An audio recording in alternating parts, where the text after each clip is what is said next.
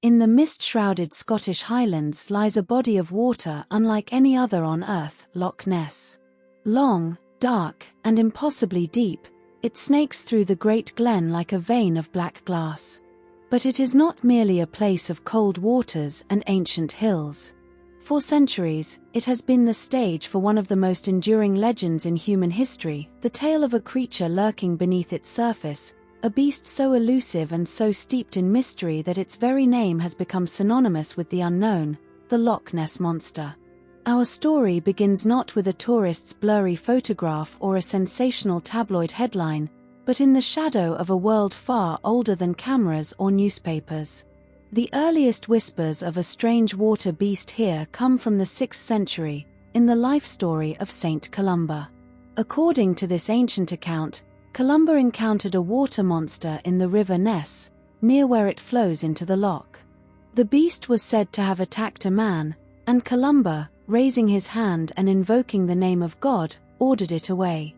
Whether miracle or myth, this was the seed of a story that would grow for over 1,000 years. Yet, for centuries afterwards, Nessie, as we now affectionately call her, seemed to slip back into the depths of obscurity.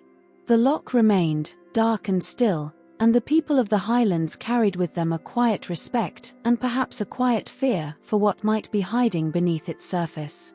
It wasn't until the 20th century, an era of technological wonders and modern curiosity, that the monster would rise again in the public imagination. In 1933, a new road was built along the loch's northern shore, opening up views that had never before been seen by so many travelers. And it was then that George Spicer and his wife claimed to have seen an enormous, dragon-like creature crossing the road before plunging into the water. The newspapers seized upon the tale, and Loch Ness was never the same again. From that moment, reports began to pour in.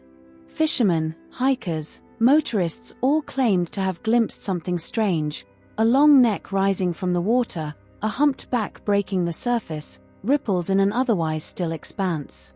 Then came perhaps the most famous image of all, the so-called surgeon's photograph of 1934, showing a slender neck and head poking through the rippling water. For decades, it was held as the most compelling evidence of Nessie's existence, until, in 1994, it was revealed as a hoax, a clever trick using a toy submarine and a crafted model head. But if the photograph was false, the legend itself did not die. On the contrary, it seemed to thrive. Expeditions were launched, sonar sweeps conducted, underwater cameras deployed. Each investigation brought tantalizing fragments, unexplained sonar readings, indistinct shapes moving in the deep, but never the clear, irrefutable proof that science demands. The skeptics point to misidentifications, waves caused by boats, floating logs, swimming deer, even large eels, as the source of the sightings. Others suggest the power of the human mind to fill the unknown with monsters, the way shadows in the fog become creatures of nightmare when we let our imagination roam free.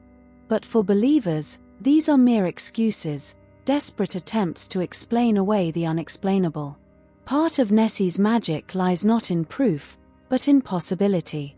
Loch Ness is no ordinary lake, it is a geological anomaly, formed by a massive fault line, stretching for nearly 23 miles, with depths reaching over 230 meters.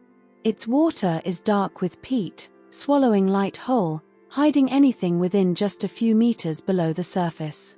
If there were a creature here, the loch is the perfect place for it to remain hidden. And then there is the cultural heartbeat of the highlands. The people here do not see the monster as a threat, but as part of their story, woven into their identity. Nessie brings travelers from every corner of the world, filling hotels, pubs, and souvenir shops. She is a symbol, a guardian, a mystery that binds past and present. But perhaps the most haunting truth is that, whether Nessie exists or not, she has already conquered something greater than the depths of the loch. She has conquered our imaginations. From medieval monks to modern tourists with smartphones, we have all, in some way, stared into dark waters and wondered what lies beneath. And in that sense, The Loch Ness Monster is more than just a creature of folklore. She is the reflection of our need to believe in mysteries, to find the extraordinary in a world that often feels mapped and measured to its last detail. So next time you stand on the misty shores of Loch Ness, gazing out across the black, endless water, remember this. Whether you see a ripple or nothing at all, you are part of a story that has been told for nearly 1,500 years. A story that will likely outlive us all.